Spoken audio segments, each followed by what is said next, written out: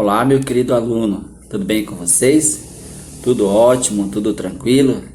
Tudo em paz? Eu espero que sim, espero que vocês estejam bem, estejam com saúde, sobretudo, e estejam motivados para essa aula. Então, eu peço que você se empenhe, se dedique nos estudos, sobretudo nessa aula, assista a videoaula até o final e, como vocês sabem, né, sempre é uma alegria, um prazer, uma honra, uma satisfação ter vocês nesse momento na nossa aula. Então, disposição, coragem, vigor e entusiasmo. Eu sou o professor Denilson e quero realmente fazer dessa aula um aprendizado, tá bom? Um aprendizado para vocês. Depois de uma semana é sempre bom nós estarmos de volta com os nossos conteúdos, tá? E como sempre digo para vocês e peço novamente, coragem, entusiasmo, confie no seu potencial, confie em você mesmo, pois você é uma pessoa capaz. Também confie na graça, na presença de Deus na sua vida, né?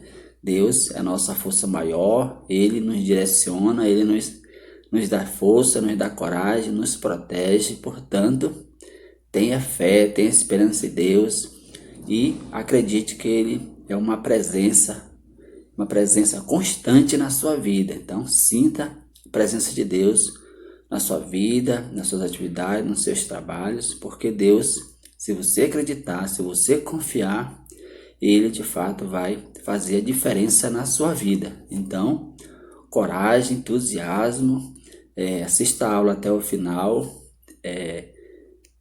E peço a você, meu caro aluno, minha cara aluna, você que ainda não veio para a aula presencial, eu faço o convite de uma forma muito pessoal. Então, se você estar bem, sua família estar bem, está tudo em paz com vocês em relação à saúde, então você está sendo convidado a vir para a aula presencial. Estamos abertos, disponíveis para lhe acolher e acolher de uma forma muito carinhosa. Você está fazendo falta aqui na escola, certo, alunos? Então, empenho, dedicação, força. A gente sabe que tem os desafios da vida, do dia a dia, mas entenda que você é capaz de superar todas as dificuldades, tá? Porque você é uma pessoa capacitada, você é uma pessoa capaz e você tem Deus, tem Jesus Cristo na sua vida. Então você tem tudo para superar as dificuldades, os problemas e focar nos estudos, focar nas atividades, focar nas tarefas. E dessa forma, tenho certeza que você vai ter muito sucesso, certo? Então, como eu sempre digo, né, conta com o professor aqui, eu conto com você, com o seu empenho, e dessa forma nós vamos crescer juntos, certo? E no final, a alegria vai ser para todos, o resultado vai ser muito positivo. Então, agora acompanhe essa aula e, como eu sempre digo, né, depois você pode interagir com o professor. Certo, alunos? Então, vamos à nossa aula de hoje. Assunto: ética discursiva, página 21 a 23. Então, alunos, acompanhe aí esse conteúdo com atenção, pega seu material, porque é preciso você ter seu material em mãos para você acompanhar essa aula, ok? Como vocês sabem, né, sempre a gente faz a revisão da última aula, então acompanhe aí uma pequena revisão do último assunto estudado. Depois de uma semana, é bom a gente rever algumas ideias importantes, tá? Dessa forma a gente vai compreender e assimilar muito mais o conteúdo estudado, tá? Banalidade do mal, esse foi o nosso conteúdo da aula anterior. Verificou-se anteriormente que as reflexões da ética contemporânea não estão relacionadas a problemas e acontecimentos recentes de grande repercussão social. Entre eles, destaca-se a Segunda Guerra Mundial. Então, muitos fatos históricos, né, levou à grande crise tá? A grande crise da humanidade, vamos pensar dessa forma. A crise na política, na economia, na moral e na ética e assim por diante, certo, alunos? Nesse contexto, a filósofa e teórica política alemã de origem judaica, Hannah Arendt, refletiu a respeito do assunto e cunhou a expressão banalidade do mal, demonstrando que a ausência do pensamento crítico e reflexivo, a maldade pode surgir e ser tratada de forma banal, apesar de seus efeitos devastadores. Então, um dado importante aí que a gente já viu, né? Só para você relembrar.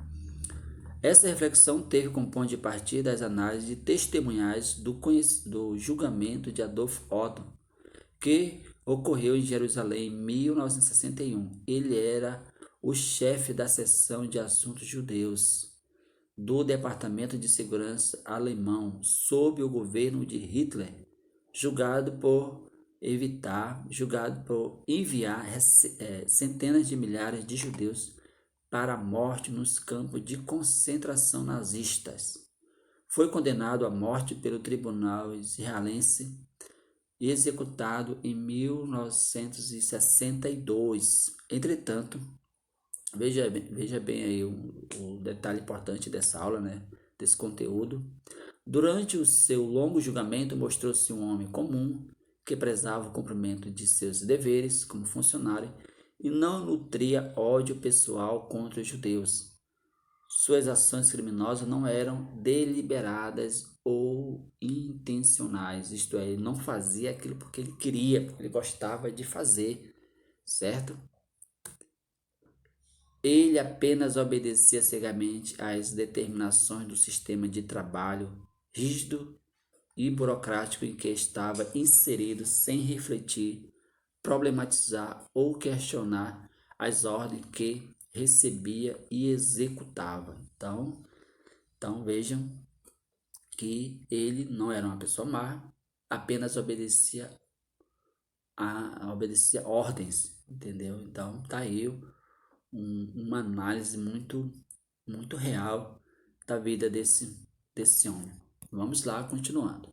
Com base nessas análises, Hannah Arendt ressaltou que em seus depoimentos Adolf Otto não se revelou monstro, apesar de seus crimes serem monstruosos, ele ser responsável por inúmeras mortes. Segundo ela, seu exemplo servia para demonstrar que ações cruéis e violentas podem ser cometidas por seres humanos comuns. Então, aluno, se você não destacou esses termos aí na sua apostila, aproveite e faça isso.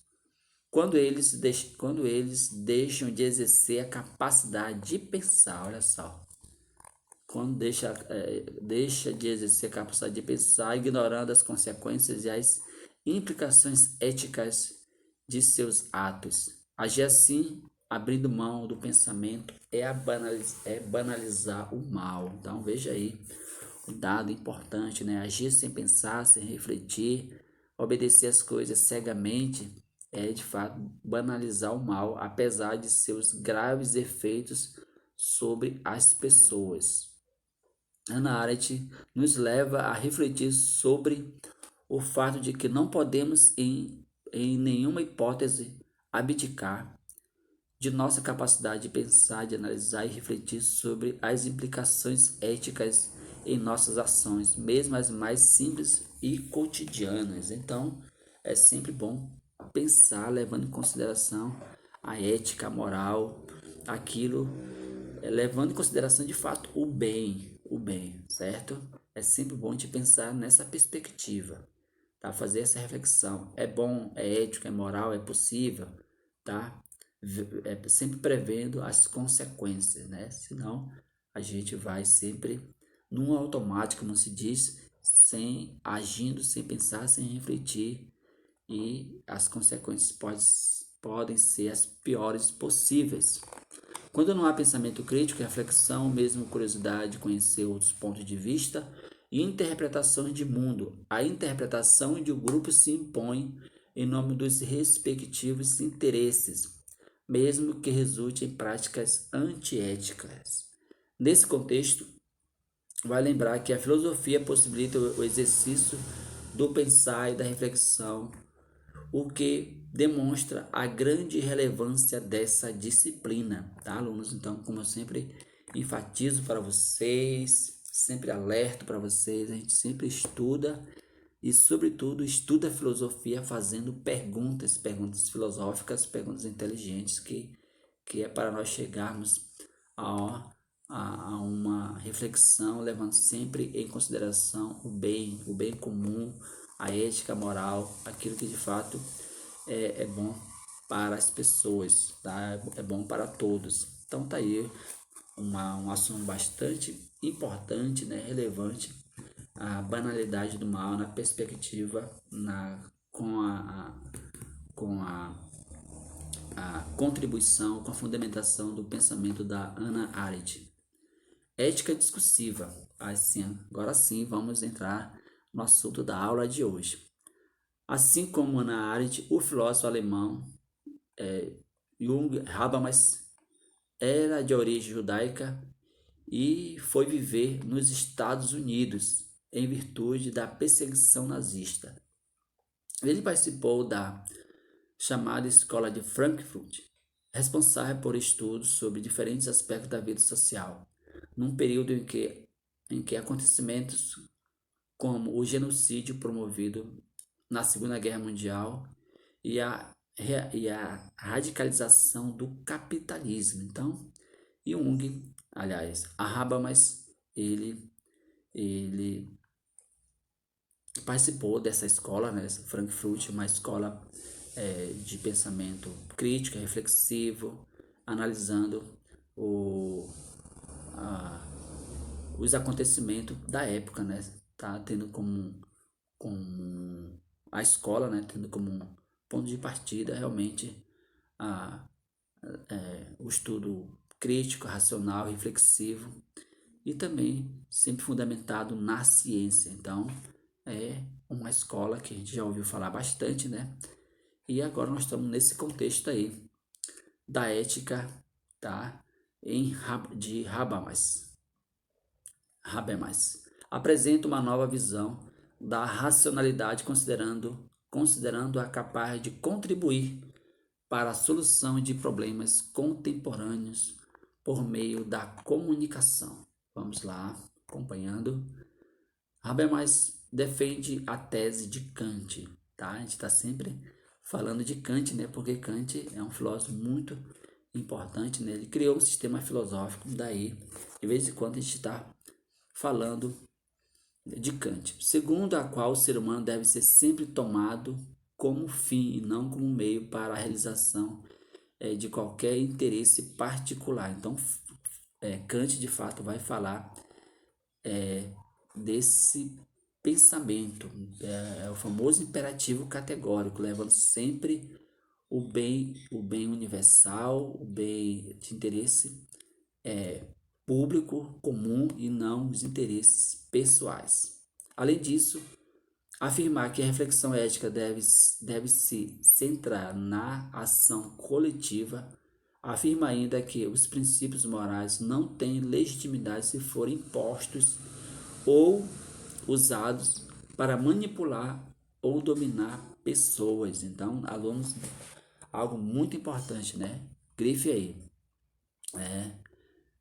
Os princípios morais não têm legitimidade se forem impostos ou usados para manipular ou dominar pessoas. Então não faz sentido, né? Não faz sentido essa moral, essa ética, se for para escravizar, manipular, reprimir as pessoas, não faz sentido. Então é sempre tendo como fundamentação a ética, a moral, aquilo que de fato é de interesse comum.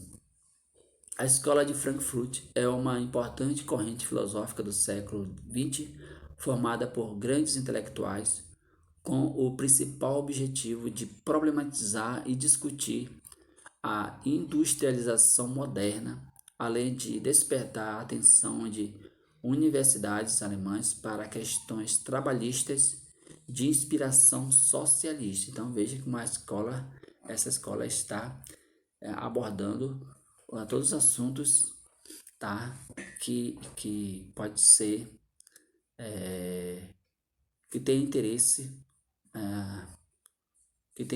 para comum, tem interesse comum. Então é a questão de trabalho e outras coisas mais. O filósofo propôs uma ética discursiva fundamentada no conceito da razão comunicativa ou ação comunicativa. Esta corresponde à aplicação da racionalidade em contextos dialógicos para se analisar a validade e a legitimidade de ações e normas.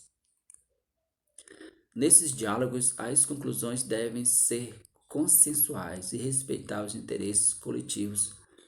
Para tanto, é preciso admitir os seguintes princípios: todos os indivíduos são igualmente capazes de falar e participar dos discursos. Então tá aí, mas enfatizando a questão até do direito, né? Do direito de a pessoa participar, de falar e ter uma participação ativa, tá? Ativa e ser respeitado, tá? Levando em conta sempre o direito da pessoa humana, né? Então a gente viu assim, perceber que a gente está falando muito da questão da ética, do comportamento moral, do comportamento que leva o bem comum, mas também o direito cada indivíduo tem. Todos os indivíduos podem expressar livremente suas convicções e problematizar as convicções expressas pelos seus pares. Então, tá aí. Tá? Todos os indivíduos têm esse direito de expressão, né? Liberdade de expressão e também de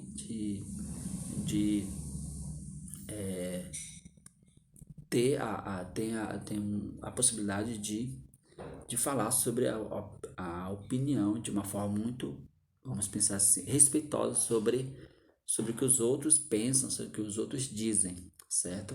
A gente tem esse direito também de se manifestar contra ou a favor, tá? É importante que os indivíduos não sofram pressão do sistema político ou econômico ou qualquer outra forma de coação. Olha a expressão coação. Então, o ser humano não pode sofrer pressão de nenhum tipo. A pessoa tem que se expressar livremente. Cuidado de si. Para desenvolver cuidar de si é outro item importante nesse assunto, né, que a gente vai começar agora. Acompanhe aí com atenção. Para desenvolver esse conceito e apontar suas relevâncias na atualidade, Foucault. Agora nós vamos falar de outro pensador, de outro filósofo bastante atual, sua filosofia, Michel Foucault. Vamos lá ver o que ele diz. Foucault lembrou que, entre os gregos, cuidar de si era uma ocupação fundamental e que Sócrates era como portador de uma missão, especialmente quando exortava seus interlocutores a buscar o autoconhecimento. Então veja aí, Michel Foucault, num item cuidado de si, ele vai buscar ajuda de Sócrates. Realmente, Sócrates tinha essa missão de levar as pessoas a terem um autoconhecimento. Conhece-te a ti mesmo, né? Sócrates ele tinha de fato essa missão de levar a pessoa a refletir, analisar a sua própria existência, tá? Sua própria existência. Então, em vez de ser uma reflexão externa, seria uma reflexão interna na perspectiva do autoconhecimento. E quando a pessoa se conhece bem, fica mais fácil de ela conhecer o outro, conhecer a realidade externa. Nesse contexto, cuidar de si não partia de um princípio egoísta. Tá? Um detalhe importante, tá, alunos?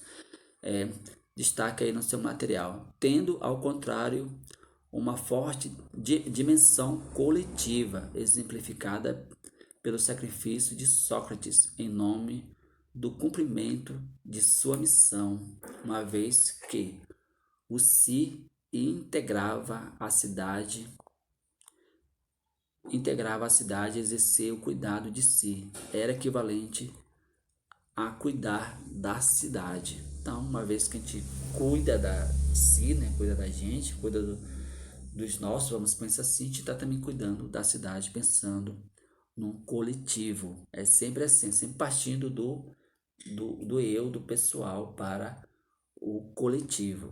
Se você se cuida, vamos pensar, se tem um amor próprio, tá sempre se cuidando, cuidando do seu futuro, você também está cuidando do do coletivo, porque isso, o nosso modo de ser vai contagiar, vamos pensar assim, vai influenciar a sua família, a escola, enfim, vai influenciar o coletivo, né, pessoal? É dessa forma. Foucault, ao propor o cuidado de si, destaca a possibilidade de vivenciar a ética por meio da subjetividade. Sua obra sugere que o indivíduo é capaz de observar e perceber aquilo que lhe aparece como desejo e vontade, podendo distinguir o que é propriamente seu e o que o decorre da imposição, condicionamento ou costume. Essa distinção permitiria ao indivíduo identificar poderes que que o sujeitam e exploram. Gente, detalhe importantíssimo. Grife aí, tá bom? Identificar poderes que o sujeito e exploram, bem como iniciar o processo de libertação e interdependência em relação a eles, assumindo assim o poder sobre si mesmo. Então, tá aí a ideia de Foucault, tá? De a pessoa perceber os poderes que exploram, que, que fazem a maldade, vamos pensar assim, e a partir dessa percepção a pessoa entrar no processo de libertação. Michel Foucault nasceu na França em 1926 e faleceu em 1984.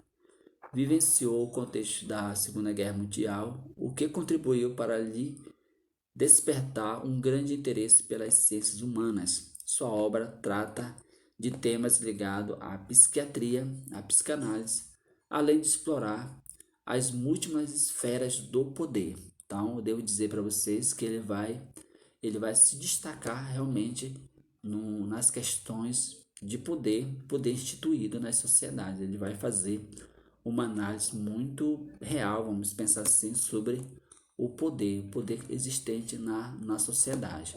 Até tem filme relacionado à filosofia de Michel Foucault, tá?